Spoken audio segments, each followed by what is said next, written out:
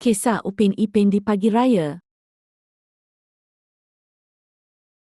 Pada hari dinantikan, Upin bangun dari tidur untuk membuat persiapan untuk berhari raya bersama rakannya. Di pagi hari, Upin Ipin bersalam tangan bersama opah dan kakaknya.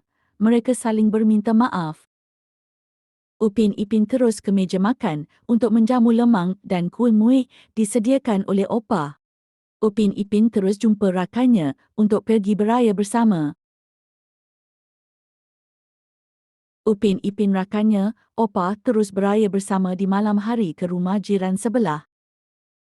Upin Ipin dan rakan makan kuih muih disediakan atas meja.